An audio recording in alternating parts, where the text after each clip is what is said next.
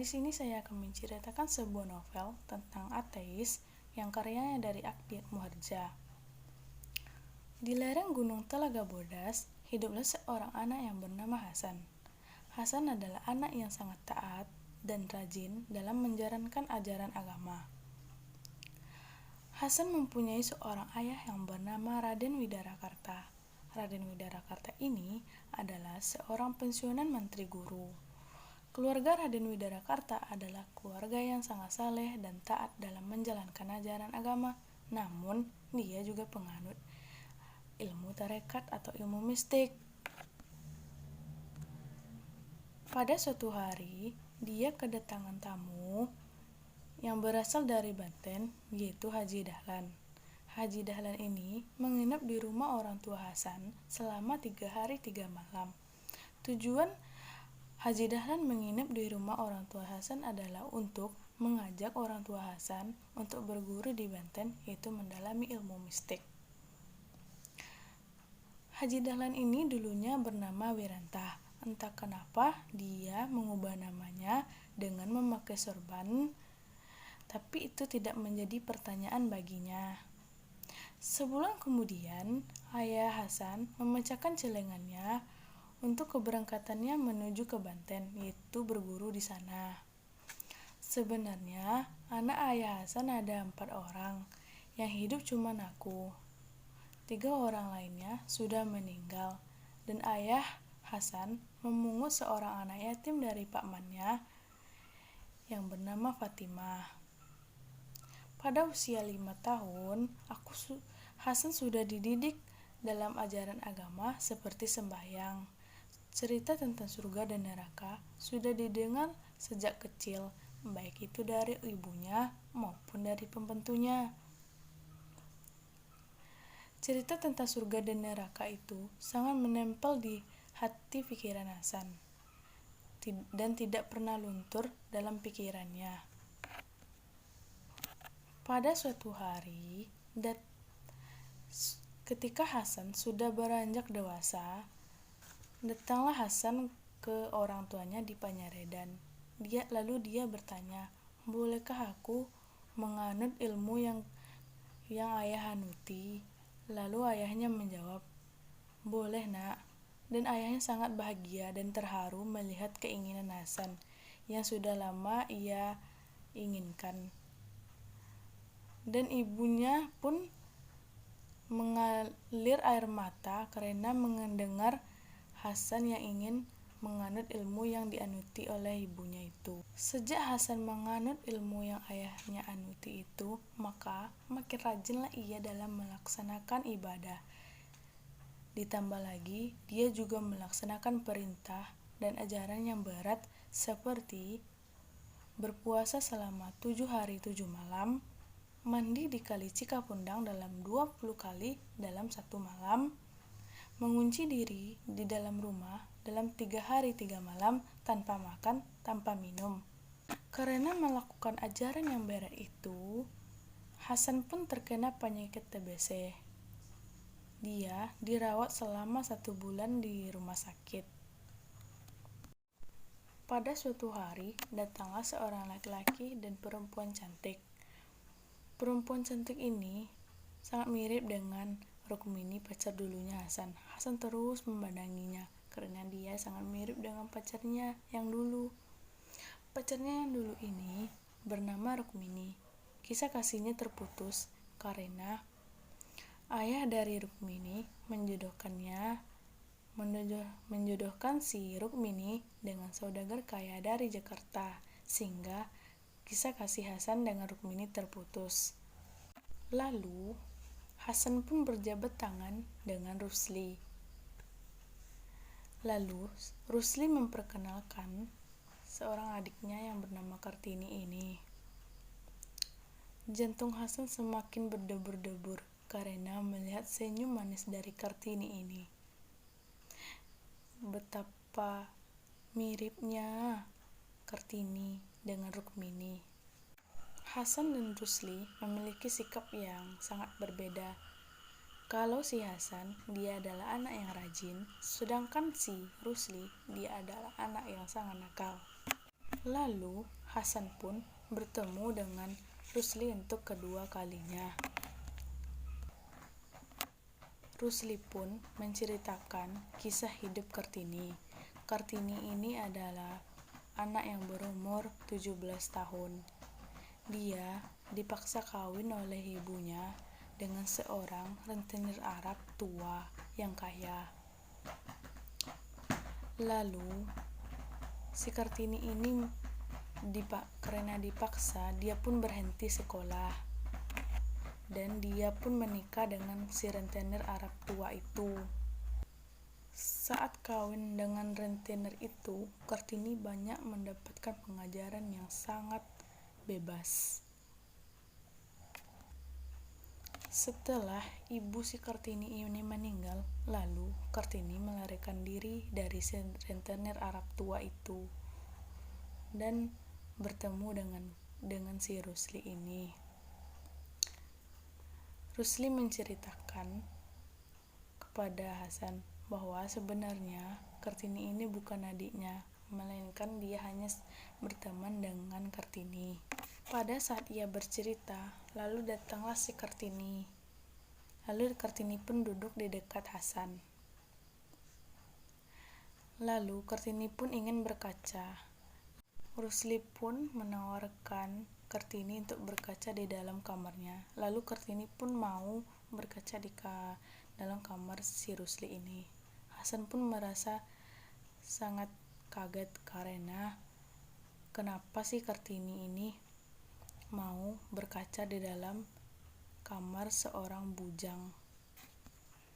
Dia sangat tercengang karena perilaku si Kartini ini yang sangat bebas. Lalu setelah berkaca, Kartini pun keluar dan kembali duduk di dekat Hasan dan Rusli. Lalu Kartini pun mengeluarkan setupak sigaret dari dalam tasnya. Sigaret ini adalah rokok, lalu dihisapnya rokok oleh Kartini ini, lalu dihembus-hembuskannya oleh Kartini.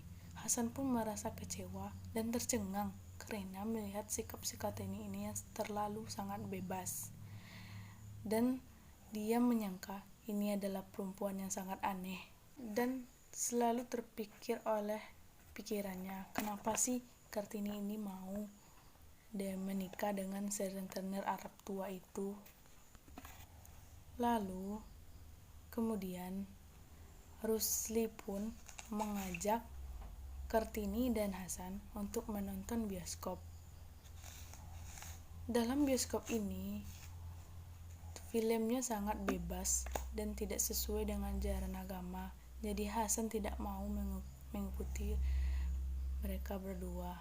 Lalu Hasan pun pulang ke rumahnya, dan Hasan pun berpikir dia sangat ingin mengislamkan kedua orang itu seperti Rusli dan Kartini. Namun Hasan tidak bisa berbuat apa-apa karena si Rusli terus memberi sanggahan tentang agamanya. Agama dari Rusli dan Rukmini ini adalah agama yang sangat murtad atau bisa dibilang ateis. Dia tidak meyakini adanya Tuhan. Hasan pun selalu berpikir dan bertekad ingin mengislamkan mereka berdua. Namun malah sebaliknya, Hasan pun terjerat dengan pokok-pokok pikiran mengenai agama dari Rusli. Hasan pun ikut serta dalam partai yang diikuti oleh Rusli ini. Pada suatu hari, hubungan Hasan dengan Kartini ini sudah mulai akrab. Keimanan Hasan yang dulunya kuat kini sudah mulai rapuh, ditambah dengan munculnya seseorang yang bernama Anwar. Anwar ini menganggap Tuhan itu adalah mandat. Dia tidak meyakini adanya Tuhan. Itu bisa dibilang ateis. Anwar ini juga menaruh hati pada si Kartini ini, sehingga membuat Hasan cemburu karena sikap Kartini kepada Anwar ini. Lalu Hasan pun lebih aktif lagi untuk menarik perhatian dari Kartini ini. Hasan pulang ke kampung halamannya dan Anwar ikut serta pada saat itu terjadilah perselisihan paham antara orang tuanya dengan Hasan mengenai pasangan hidup dan masalah agama. Dia tidak mau mendengarkan apa yang diucapkan oleh ayahnya mengenai pasangan hidup ini. Lalu, ia kembali ke Bandung. Sesampainya di sana, ia tetap nekat untuk menikahi Kartini. Waktu terus berlalu, pernikahan Hasan dengan Kartini mulai berubah dan sudah banyak mengalami pertengkaran yang membuat Kartini ingin melarikan diri dari rumahnya ini. Kartini pun melarikan diri dari rumahnya dan bertemu dengan Anwar. Lalu, Anwar mengajak dia untuk ngobrol-ngobrol dan santai-santai. Anwar pun berbicara, "Tidak usahlah kamu pikirkan dia itu sangat kejam. Jadi tidak usah dipikirkan lagi, lebih baik kita bersenang-senang aja di sini." Lalu Kartini pun hanya diam saja. Lalu Anwar pun mengajak Kartini untuk menginap di penginapan. Lalu Kartini pun ikut. Ketika Anwar dan Kartini sampai di penginapan, Anwar pun ingin melampiaskan nafsu birahinya kepada si Kartini ini. Lalu Kartini pun lari dari penginapan tersebut. Lalu Hasan pun ingin mencari Kartini.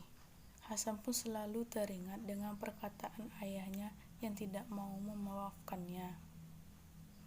Lalu Hasan pun nekat untuk mencari Kartini. Walaupun dia sedang sakit TBC dan penyakit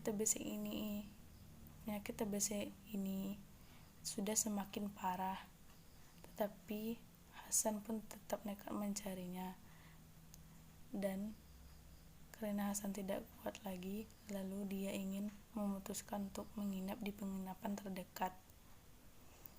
Di penginapan tersebut, dia melihat ada riwayat nama Kartini dengan Anwar. Lalu dia bertanya kepada pelayan tersebut, dan pelayan tersebut menceritakannya. Lalu dengan emosionalnya, Hasan pun nekat untuk mencari Kartini dengan Anwar.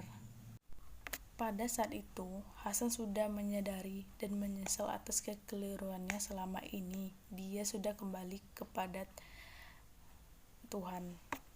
Dan Hasan pun ingin membalaskan atas perlakuan si Anwar ini karena telah membawa si Kartini ini ke penginapan. Hasan dengan emosionalnya, dia tidak melihat kondisi karena pada saat itu Jepang sedang menjajah Indonesia dan Hasan pun tidak melihat keadaan sekitarnya. Karena disangka mata-mata atau musuh, Hasan pun ditembak oleh tentara Jepang karena dianggap mata-mata dari musuh. Hasan pun ditembak oleh tentara Jepang dan akhirnya meninggal dunia.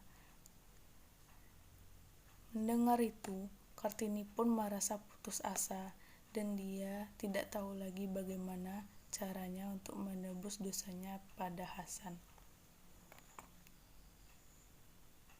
Demikianlah cerita dari sebuah novel ateis ini. Kalau ada saya salah dan janggal, saya mohon maaf. Assalamualaikum warahmatullahi wabarakatuh.